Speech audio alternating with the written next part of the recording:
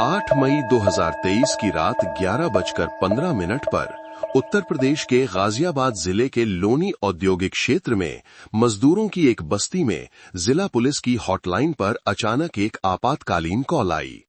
दूसरी तरफ से एक महिला की घबराई हुई और सिसकियों भरी आवाज आई, बचाओ, मेरे बेटे को बचाओ। मेरे बेटे का अपहरण हो गया है। कुछ ही मिनटों के बाद स्थानीय पुलिस की एक टीम घटनास्थल पर मौजूद थी। वो एक छोटा सा जर्जर किराए का कमरा था। खिड़की का ताला टूटा हुआ था और सामान अस्त व्यस्त पड़ा था। कमरे में रहने वाली 28 वर्षीय सुनीता देवी फर्श पर बैठी फूट फूट कर रो रही थी। उसने बताया कि औद्योगिक क्षेत्र में रात की पाली से लौटने के बाद उसने पाया कि उसका 5 साल का बेटा राहुल गायब था। बिस्तर पर केवल एक छोटा कंबल बचा था और फर्श की टाइलों पर कुछ अजीब पैरों के निशान थे। पुलिस ने तुरंत इलाके को सील कर दिया और सुराग इकट्ठा करना शुरू कर दिया। मामले को एक गंभीर बाल अपहरण के रूप में पहचाना गया, जिसमें संभवतः किसी ऐसे व्यक्ति का हाथ था जो पहले से निगरानी कर रहा था, जबकि मां दर्द से बार बार बेहोश हो रही थी।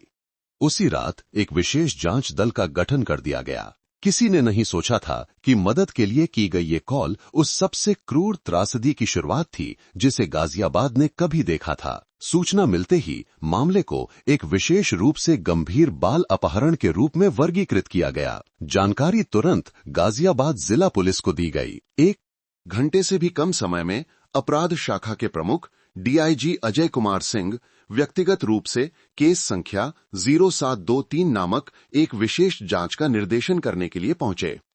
पुलिस, नागरिक सुरक्षा और बस्ती के आसपास के निवासियों को पूरी तरह से जुटाया गया। लोनी का शांत क्षेत्र, जो आमतौर पर खेतों के बीच बसा था, अचानक टॉर्च की रोशनी और सायरन से जगमगा उठा। पुलिस की टीमें हर सड़क, नाले और सुनसान इमारतों में फैल गईं। उन्होंने हर झाड़ी, हर दरार में टॉर्च की रोशनी डाली, इस उम्मीद में कि उस बेचारे 5 साल के बच्चे का कोई सुराग मिल जाए। बस्ती के प्रवेश द्वार पर बेचारी मां सुनीता देवी पूरी तरह से टूट चुकी थी। उसकी आंखें सूजी हुई थीं, चेहरा भावहीन था और बीच बीच में वो भीड़ की ओर दौड़कर रोने लगती थी। राहुल, तुम कहां हो बेटा? मां के पास वापस आ जाओ। ये दृश्य देखकर कई लोग अपने आंसू नहीं रोक पाए। एक मां जिसने रात के अंधेरे में अपने बच्चे को खो दिया था, घबराई हुई और निराश थी। इस छवि ने सबसे अनुभवी पुलिस अधिकारियों को भी हिला दिया। रात भर राहुल की तस्वीर वाले पर्चे छापे गए और प्रमुख सड़कों, बस स्टेशनों और बाजारों में चिपकाए गए। अधिकारियों ने बस्ती के आसपास के सीसीटीवी कैमरों की जांच की, लेकिन ग्रामीण इलाका होने के कारण कई जगहों पर सिग्नल नहीं थे, जिससे खोज में कठिनाई हो रही थी। गाजियाबाद में एक लड़के के अपहरण की खबर सोशल मीडिया पर तेजी से फैल गई, जिससे ऑनलाइन समुदाय और स्थानीय निवासी बहुत दुखी हुए। लेकिन जब सैकड़ों लोग लगन से खोज कर रहे थे, एक अजीब विवरण ने कुछ जांचकर्ताओं का ध्यान आकर्षित करना शुरू कर दिया। सुनीता महत्वपूर्ण क्षणों में अजीब तरह से शांत दिख रही थी और हमेशा वहीं दिखाई देती थी जहां पत्रकारों के कैमरे या लोगों के लाइव वीडियो होते थे। वो रोती, चिल्लाती, अपने बेटे की तस्वीर को गले लगाती। सब कुछ बहुत वास्तविक लग रहा था, इतना वास्तविक कि किसी को शक करने की हिम्मत नहीं हुई। पूरी बस्ती को उससे उतनी ही सहानुभूति थी जितनी अपने किसी प्रियजन से होती। हर कोई मानता था कि वो इस मामले की सबसे बड़ी शिकार है, लेकिन इन प्रतीत होने वाले हानि रहित प्रदर्शनों के बीच एक परिष्कृत नाटक धीरे धीरे रचा जा रहा था। किसी ने नहीं सोचा था कि जो मां रो रो कर मदद की गुहार लगा रही थी, वही इस नाटक का केंद्रीय पात्र थी। और रात भर का खोज अभियान जो बच्चे को बचाने के लिए था, वास्तव में धीरे धीरे एक भयानक अपराध के निशानों को उजागर कर रहा था। 9 मई 2023 की सुबह, एक लंबी रात के बाद, सैकड़ों लोग अभी भी छोटे राहुल का पता लगाने के लिए खोज कर रहे थे। उम्मीद, चाहे कितनी भी छोटी क्यों ना हो, अभी भी जीवित थी। हर कोई उम्मीद कर रहा था कि ये फिरौती के लिए एक अपहरण का मामला हो और बच्चा सुरक्षित लौट आएगा। लेकिन सुबह लगभग 8 बजे एक चौंकाने वाली खबर ने पूरी जांच टीम को स्तब्ध कर दिया। औद्योगिक क्षेत्र के पास एक अवैध कूड़े के ढेर पर कचरा इकट्ठा करते समय एक सफाई कर्मचारी को एक लाल रंग का सूटकेस मिला, जो घरेलू कचरे के बीच फेंका हुआ था। शुरू में उसने सूटकेस उठाने का फैसला किया क्योंकि वो काफी नया लग रहा था, लेकिन जैसे ही उसने जिप खोली, सुबह की गर्मी में मिली एक हल्की बदबू ने उसे चौंका दिया। बस एक नजर में उसने तुरंत हाथ छोड़ दिया। उसका चेहरा पीला पड़ गया और वो जोर से चिल्लाया, इसमें लाश है। सूचना कमांड को दी गई और 15 मिनट से भी कम समय में कूड़े के ढेर वाले क्षेत्र को पूरी तरह से सील कर दिया गया। गाजियाबाद जिला पुलिस के फोरेंसिक विशेषज्ञ, अपराध स्थल तकनीशियन और जांचकर्ता सभी मौके पर पहुंचे। कचरे के ढेर के बीच लाल सूटकेस अजीब तरह से अलग दिख रहा था, साफ सुथरा, लगभग बिना किसी गंदगी के, जैसे उसे फेंकने से ठीक पहले पहुंचा गया हो। जब उसे खोला गया तो अंदर लगभग 5 साल के एक लड़के का शव बड़े करीने से रखा हुआ था। कपड़े साफ सुथरे थे, चेहरे पर अभी भी मासूमियत थी। संघर्ष का कोई निशान नहीं था, कोई चोट नहीं, कोई बंधन नहीं। पूरा घटनास्थल सन्नाटे में डूब गया। कुछ पुलिस अधिकारियों ने सिर झुका लिया। जिस सफाई कर्मचारी ने ये खोज की थी, वो कांपता हुआ नीचे बैठ गया। कोई कुछ बोल नहीं पा रहा था, क्योंकि हर कोई समझ गया था। पिछली रात की टिमटिमाती उम्मीद अब पूरी तरह से बुझ चुकी थी। त्वरित पहचान से पता चला कि पीड़ित वही छोटा राहुल था जो पिछली रात से लापता था। लाल सूटकेस मामले का नंबर 1 सबूत बन गया, जो जांच प्रक्रिया में सबसे महत्वपूर्ण मोड़ था। जिस बात ने जांचकर्ताओं का विशेष ध्यान खींचा, वो थी कीचड़ और कचरे से भरे कूड़े के ढेर के बीच सूटकेस की असामान्य सफाई। अंदर की हर चीज लगभग बेदाग थी। ये एक संयोग नहीं हो सकता था, क्योंकि अगर हत्यारे ने वास्तव में रात के अंधेरे में शव को फेंका होता तो सूटकेस पर कीचड़ या जैविक कचरा लगा होना चाहिए था। इस विवरण से पता चला कि हत्यारे ने सावधानी पूर्वक तैयारी की थी और शव को ठिकाने लगाने के लिए समय और स्थान बहुत सावधानी से चुना था। तुरंत अपराध स्थल इकाई ने सूटकेस और आसपास के क्षेत्र से उंगलियों के निशान, कपड़े के रेशे और मिट्टी के नमूने एकत्र किए। हर सुराख को आपातकालीन आधार पर संसाधित किया जा रहा था। जब लाल सूटकेस की खबर बाहर फैली तो पूरी बस्ती शोक में डूब गई। ये जानकर कि बेचारा बच्चा अब नहीं रहा, लोग रो पड़े। और जब सुनीता देवी ने ये खबर सुनी तो वो एक दिल दहला देने वाली चीख के साथ बेहोश हो गई, जिससे सभी को उस पर दया आई। अपने बेटे की तस्वीर को गले लगाए हुए मां की दर्दनाक छवि ने जनता की सहानुभूति और करुणा को और बढ़ा दिया। लेकिन सहानुभूति की इस लहर के बीच कुछ अनुभवी जांचकर्ताओं ने कुछ असामान्यताओं को नोटिस करना शुरू कर दिया। जिस तरह से पीड़ित को सूटकेस में रखा गया था, वो बहुत व्यवस्थित था, जो एक अपहरणकर्ता के व्यवहार जैसा नहीं था, और बंधन या यातना के कोई संकेत ना होने से और भी अजीब संदेह पैदा हुए। वो सूटकेस, जो सिर्फ एक बच्चे के शव को छिपाने की जगह लग रहा था, अब एक भाग्यशाली सबूत बन गया था, जो किसी की कल्पना से भी अधिक भयानक अपराध को उजागर कर रहा था। उसी दिन दोपहर में गाजियाबाद के राज्य फोरेंसिक विज्ञान प्रयोगशाला के मुर्दाघर में एक भारी माहौल छाया हुआ था। जब शव की पहचान के लिए लाया गया तो सुनीता देवी ने अपने बेटे का छोटा सा चेहरा देखते ही एक दिल दहला देने वाली चीख मारी और गिर पड़ी। मां के दर्द भरे रोने ने पूरे कमरे को खामोश कर दिया और जो भी गवाह था उसकी आंखों में आंसू आ गए। ऐसा लग रहा था कि सब कुछ स्पष्ट है, एक दर्दनाक अपहरण और हत्या का मामला। लेकिन जांच का नेतृत्व कर रहे डीआईजी अजय कुमार सिंह अभी भी विचारमग्न थे। अपने 20 से अधिक वर्षों के अनुभव से वो जानते थे कि जब कोई मामला शुरू से ही बहुत स्पष्ट लगता है तो संभव है कि कुछ छिपाया जा रहा हो। मां को शांत करने के बाद उन्होंने धीरे धीरे सुनीता को पूरक बयान के लिए मुख्यालय में आमंत्रित किया, जिसका उद्देश्य फाइल को पूरा करना था। लेकिन वास्तव में जांचकर्ताओं ने उसकी कहानी में अजीब बिंदुओं को नोटिस करना शुरू कर दिया था। जांच एजेंसी में सुनीता ने पिछली रात की तरह ही कहानी दोहराई कि वो शाम 7 बजे से रात 11 बजे के बाद तक रात की पाली में काम करने गई थी।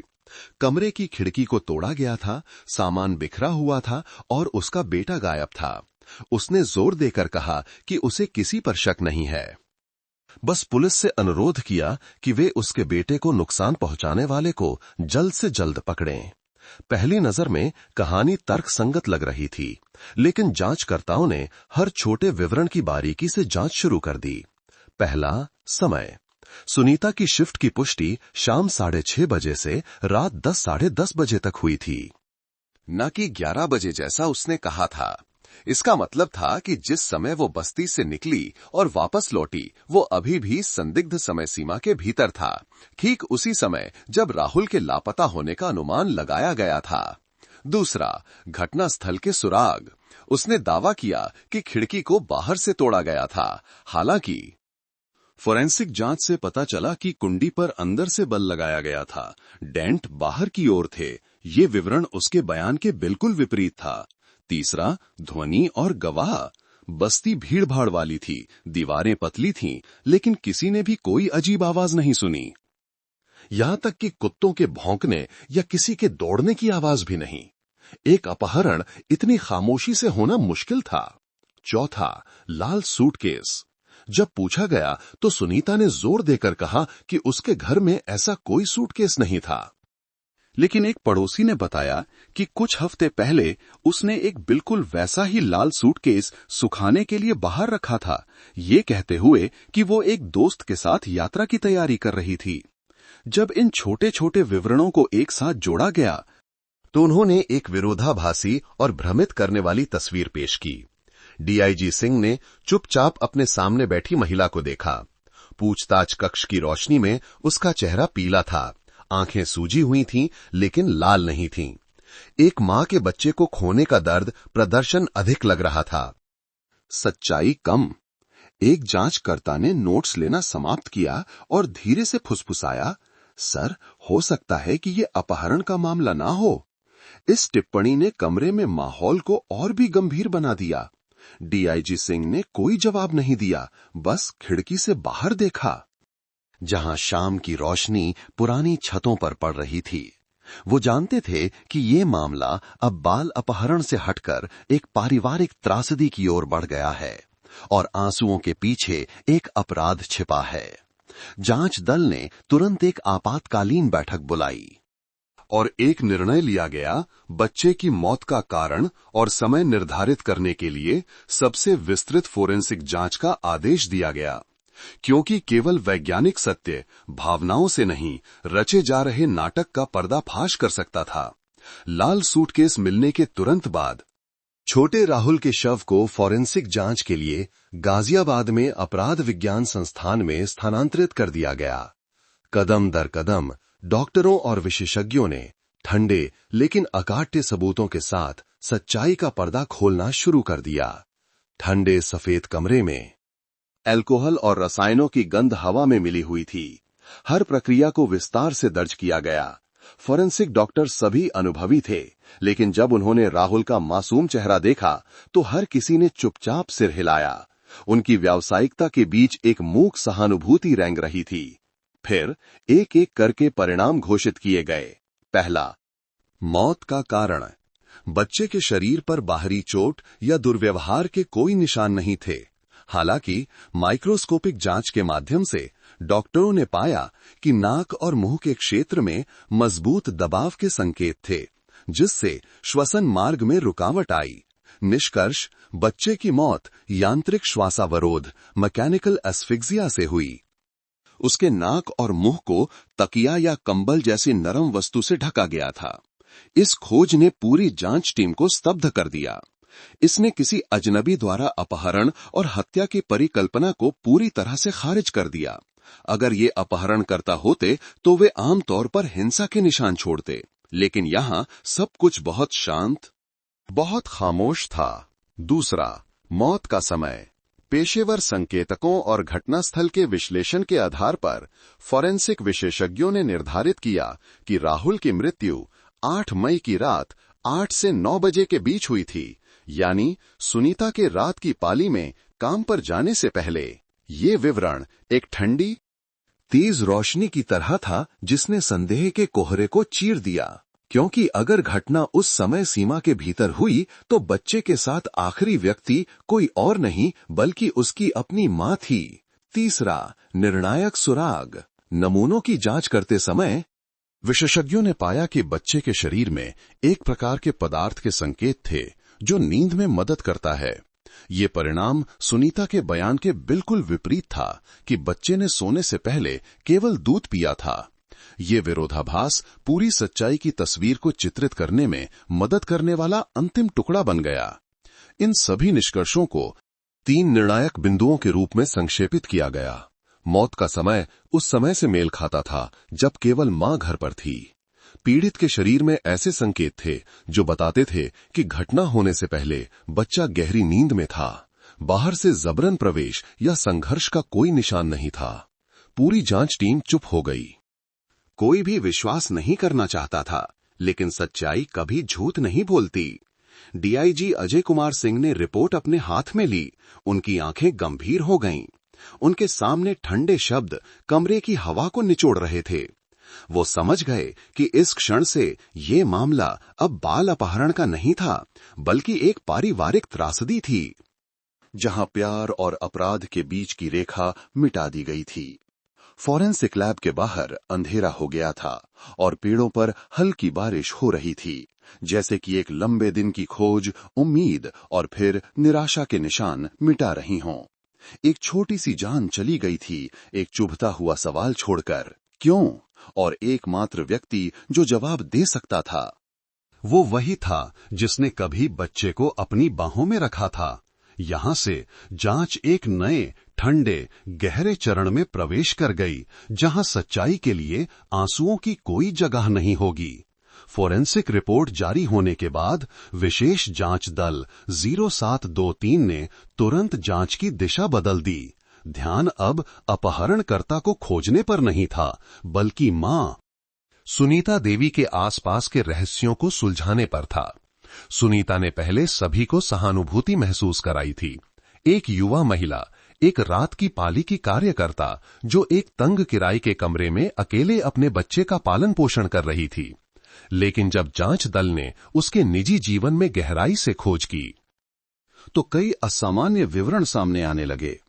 पड़ोसियों ने कहा कि हाल ही में वो बेहतर कपड़े पहनने लगी थी, रात में अधिक बाहर जाती थी और अक्सर रहस्यमयी फोन कॉल प्राप्त करती थी।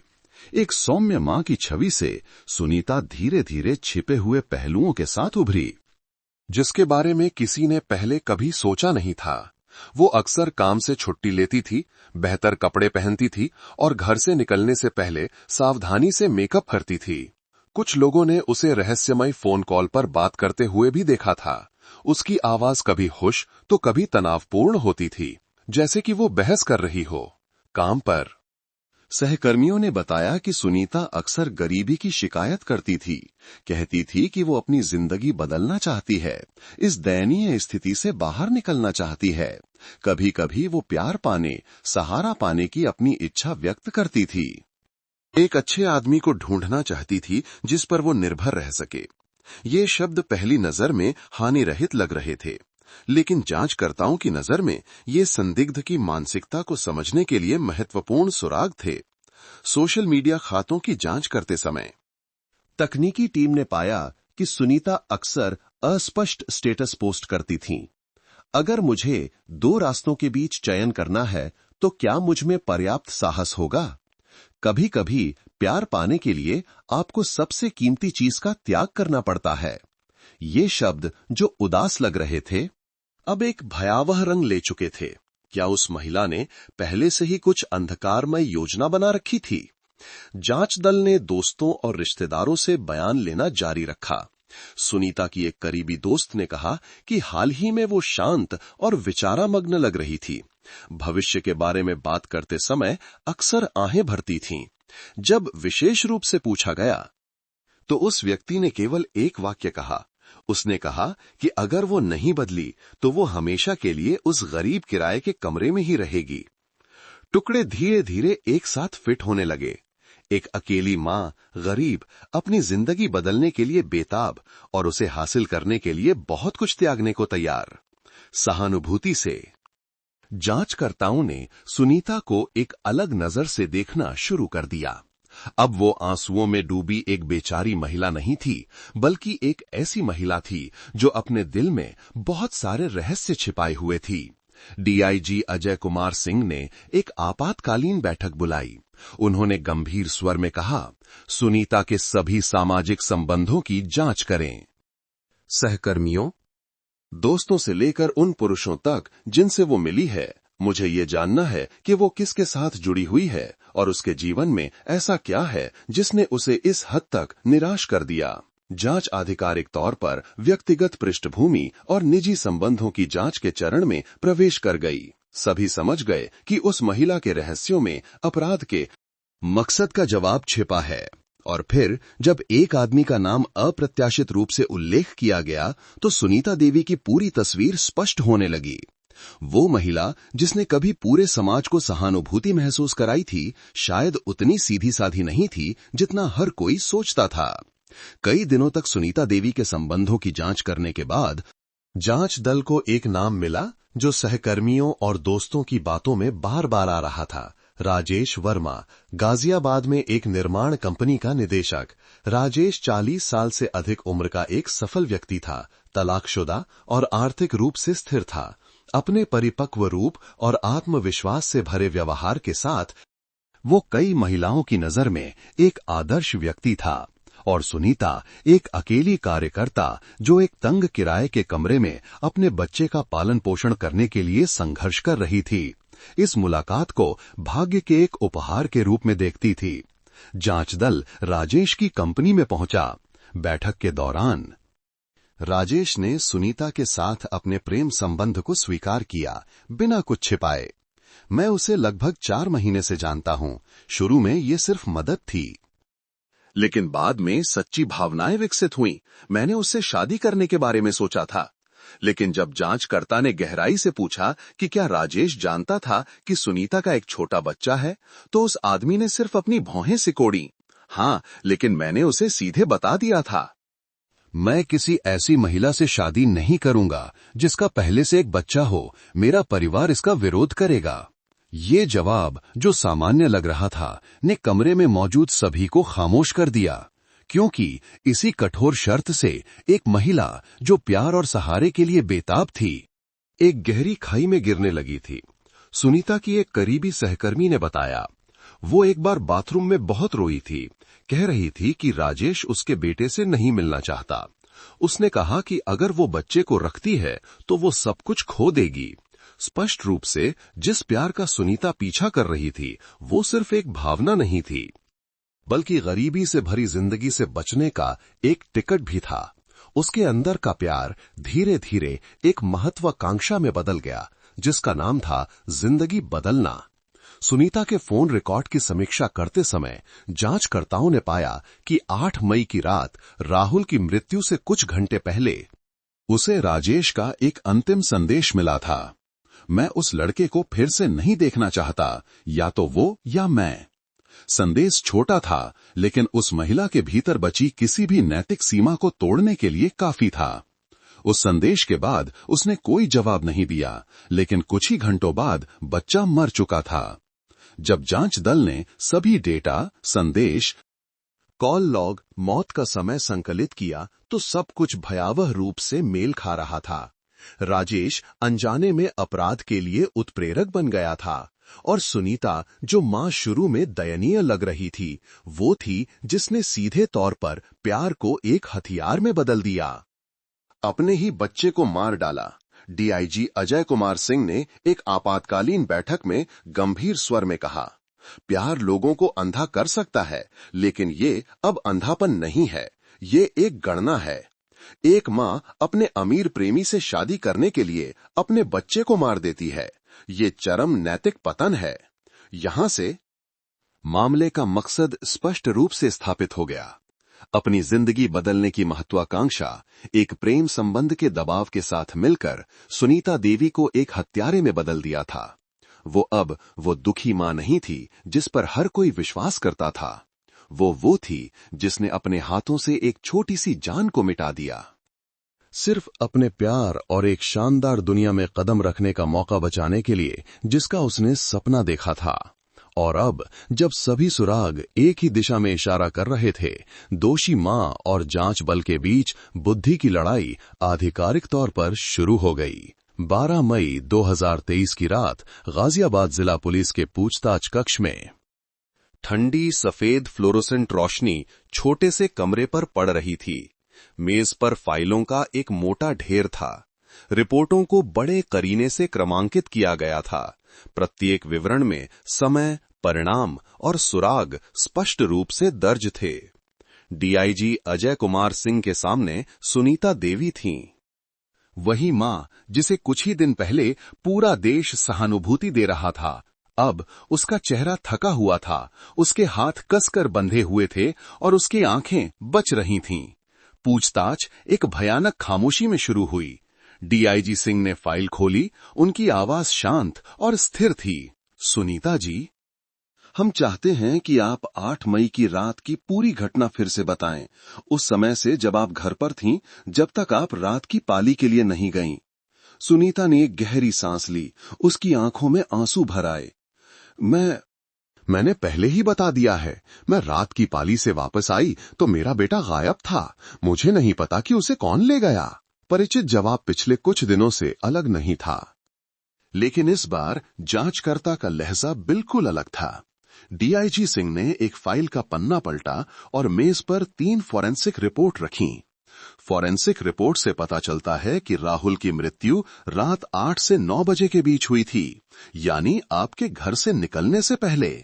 उसका दम घोंटा गया था। संघर्ष का कोई निशान नहीं था। उसके पेट में नींद की गोली डाइजेपाम मिली थी। हमने ये भी जांचा है कि ये दवा आपके घर में बेड साइड गेबल में मिली ट्रैंक्विलाइजर से मेल खाती है। कमरा जैसे जम गया। सुनीता ने ऊपर देखा। उसके होंठ कांप रहे थे, लेकिन उसने कुछ नहीं कहा। डीआईजी सिंह ने अपनी शांत आवाज बनाए रखी। न ऊंची न नीची, जैसे एक अटल सत्य सुना रहे हों। आपने कहा कि आप रात की पाली में गईं, लेकिन आपकी कंपनी ने पुष्टि की है कि आप रात 10:30 बजे घर लौट आई थीं। गवाहों ने बस्ती के आसपास किसी अजनबी को नहीं देखा।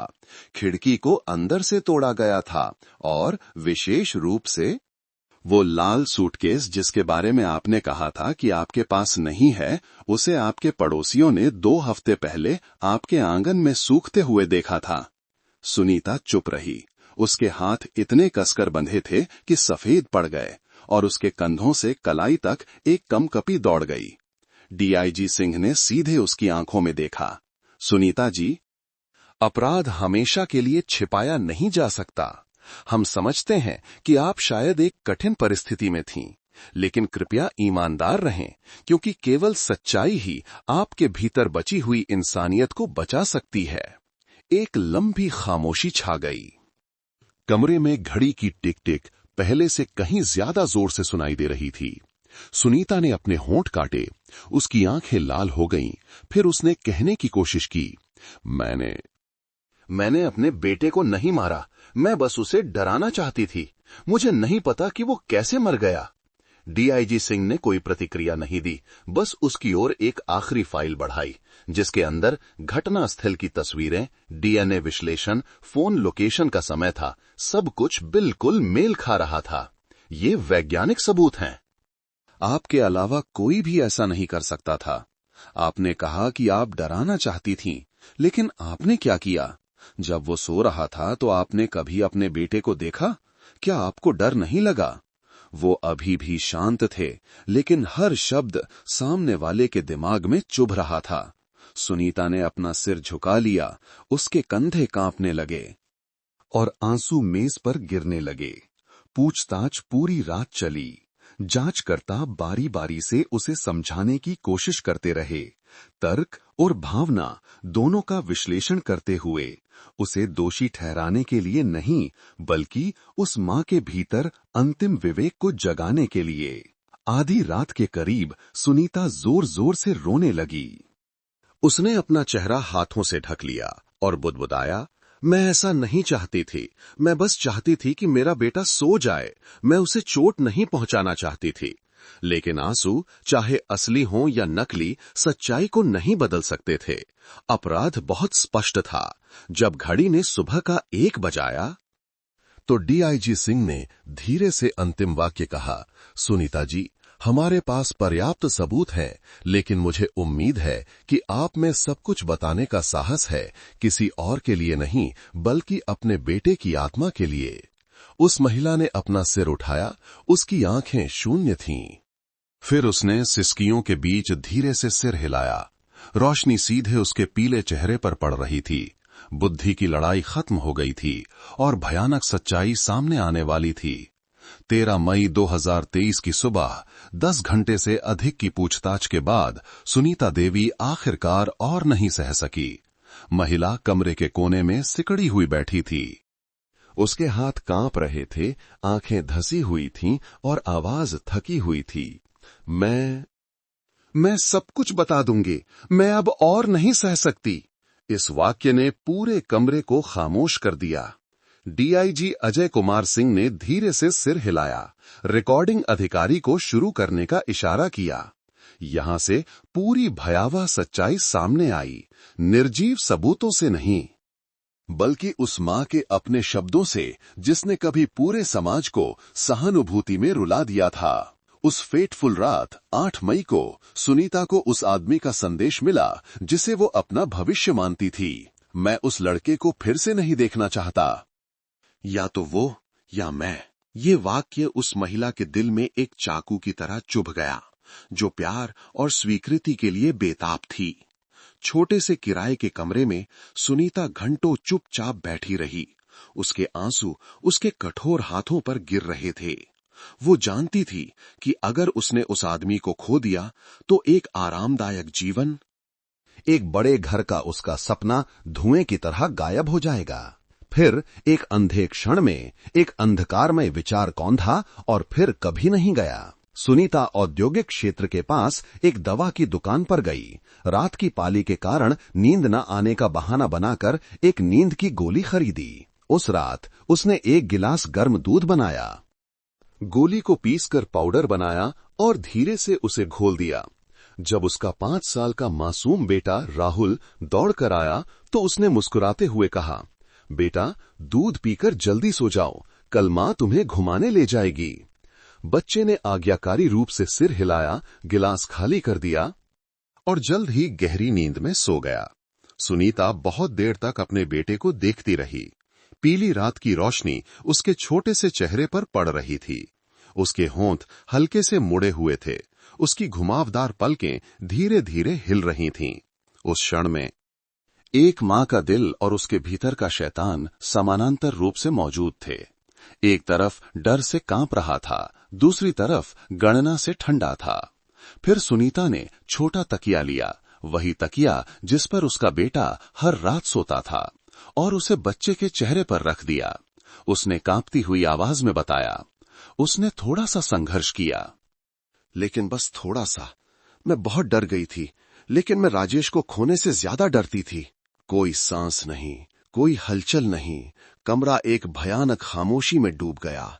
जब उसने हाथ हटाया तो वो फर्श पर बैठ गई, अपनी आंखें उस बच्चे पर टिका दी जो स्थिर पड़ा था। जैसे उसे विश्वास ही नहीं हो रहा हो कि उसने अभी क्या किया है। कुछ मिनटों के बाद उसका विवेक लौटा और जीवित रहने की प्रवृत्ति ने उसे अपने अपराध को छिपाने के लिए प्रेरित किया। उसने सभी निशान साफ किए, अपने बेटे के कपड़े बदले और उसे उस लाल सूटकेस में डाल दिया जिसका उसने पहले इस्तेमाल किया था। उसने उसे कसकर बंद कर दिया, सूटकेस की सतह को पोंछा ताकि कोई उंगलियों के निशान न रह जाएं, और उसे कमरे के कोने में रख दिया जैसे कुछ हुआ ही न हो। सुबह होने पर जब बस्ती अभी भी सो रही थी, सुनीता अपनी स्कूटी बाहर ले गई और सूटकेस को घर से कुछ किलोमीटर दूर कूड़े के ढेर पर ले गई। उसने एक छिपा हुआ कोना चुना, जल्दी से सूटकेस नीचे रखा और चली गई। उसका दिल खाली था। वापस जाते समय उसने अपने झूठ का अभ्यास किया। मेरे बेटे का अपहरण हो गया है। और रात 11:15 पर उसने आपातकालीन नंबर डायल किया और नाटक शुरू हो गया। यहां तक बताते बताते सुनीता मेज पर अपना सिर रखकर फूट फूट कर रोने लगी।